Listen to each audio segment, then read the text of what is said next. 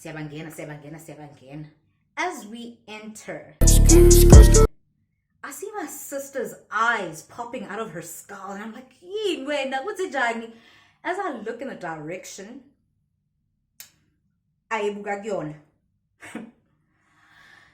my boyfriend, my hubby, my soulmate, the love of my life, was having the time of his life with another woman.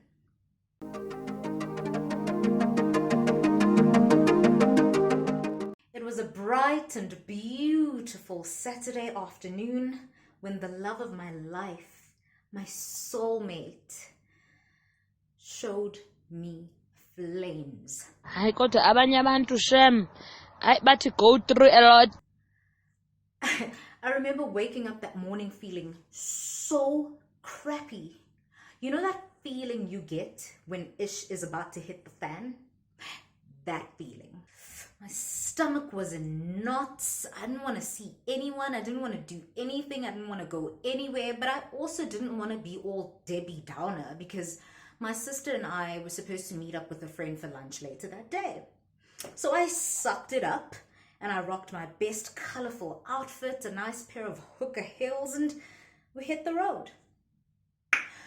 On our way to the Pavilion Mall, which was where we were meeting our mutual friend, I remember telling my sister, no man, angikho right. Angikho right.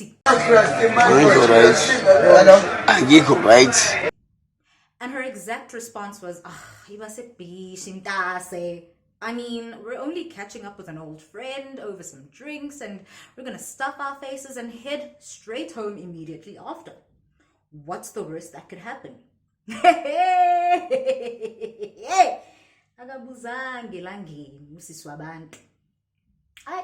suck it up and I try to convince myself that she's right. I mean, what is the worst that could happen? But I remember this huge lump that formed in my throat the minute I saw our friend approaching us, and I was like,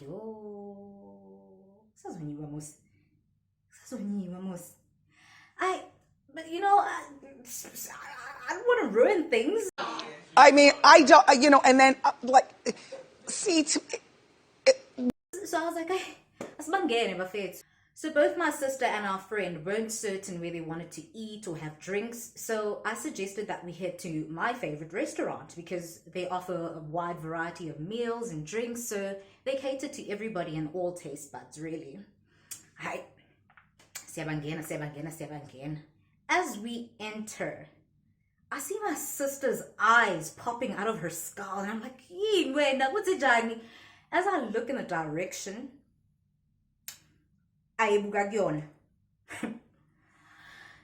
my boyfriend, my hubby, my soulmate, the love of my life, was having the time of his life with another woman. Like, befunzana, bafere, bekitazana, bukikitewa, kuri, like not a single care in the world. It's just vibes, pleasant, lovey-dovey vibes just between the two of them.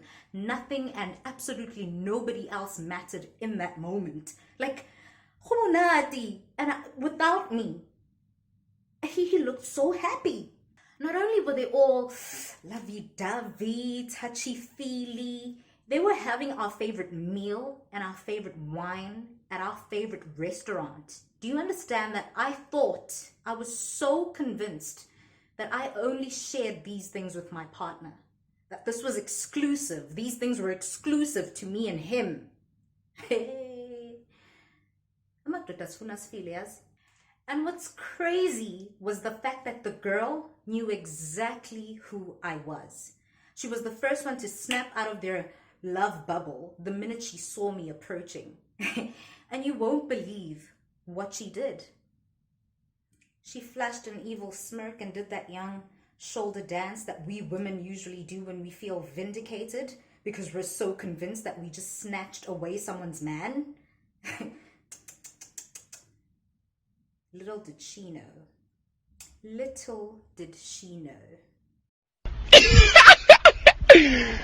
But anywho, so their boyfriend finally realized that he'd been caught with his pants down. And I say their boyfriend because no boyfriend of mine is a cheater. The minute I realized that he was cheating on me, I chucked him back to the dirty streets where he belonged, because he was no longer mine. He was now community D. He belongs in the streets with them dirty dogs, with them dirty stray dogs. That ain't mine. You can keep, I don't know that man. I hate to say it. I hope I don't sound ridiculous. I don't know who this man is. I mean, he could be walking down the street. I wouldn't know a thing. Sorry to this man. No, ma'am. No, ma'am. Sorry to that man. That ain't mine. Those are your problems now. Those are your problems now.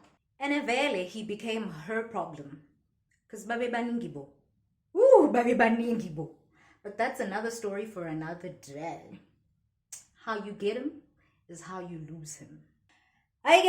As your boyfriend Diabo tries to approach me so he could explain himself, I was just like, Sanmanani, enjoy. And I walked on. And I told my sister and our friend to follow me. He was just like stunned. He didn't know what to do. And I could literally see his heart throbbing via his neck. We sat at the table directly across from them. So he was looking right at me while the girl's back was facing me. He couldn't sit still. He was squirming. It was like he had ants in his pants. He was shaking. He was shivering. He was just all over the place, and he was dialing and texting and calling me frantically. Lapo, my phone is ringing and beeping nonstop. Nah, akiri keni tsonatseo. Tsonatseo, akiri tse ni. 您好，您拨打的电话正在通话中，请稍后再拨。Sorry, the subscriber is busy now. Please redial later. I'm busy stuffing my face. I'm drinking. I'm within drinking. You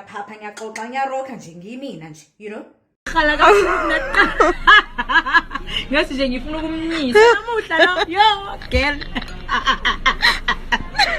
My sister was like, are you sure you still want us to eat here? Why are you so calm? Why aren't you responding to his texts, and why are you not picking up his calls? Don't you want to hear him out? Get some clarity, some closure? Mazeti, you're scaring me. Lapo. You said cheese. Because there was no way in hell I was going to give that girl the satisfaction of seeing me sweat. Number one, she was the type of girl who thought it was cool to go after people's boyfriends, knowing very well that they were in relationships. And she was one of the girls who actually had a vendetta against me, who just wanted to get her hands on whatever it is that belonged to me solely for flexing purposes. So I was just like, let her have it. Let her have it. Like I said, that's her problem now. And ultimately, it did show her flames. And number two, I was not gonna let Liam Godoy realize how much he had hurt me. He didn't deserve that. And ultimately, it wasn't the girl's fault. Yes, she was jealous. Yes, she had a vendetta against me. Yes, she was ratchet. But it wasn't her fault. My boyfriend was the one who committed to me and who broke all the promises that we had made to each other. So I wasn't about to go ham on her, and I wasn't about to go ham on him, because they deserved each other, because they didn't realize what a gem I was and that I didn't deserve that nonsense. So it just really wasn't worth any of this fabulous energy. When we were done with our meals, we left him there peacefully. And we just walked out of there gracefully and went shopping. Always stay gracious, best revenge is your paper. Always stay gracious. Best revenge is your paper. So, on our way back home, I was on my phone just going through his texts for a good laugh, really. Oh, what a joke, my darling. Because he was spewing garbage. Absolute garbage. There's no explanation, no justification, no excuse for cheating. I was absolutely done. He was officially dead to me. And honestly, there were a number of things that had transpired prior to that incident that actually sealed the deal.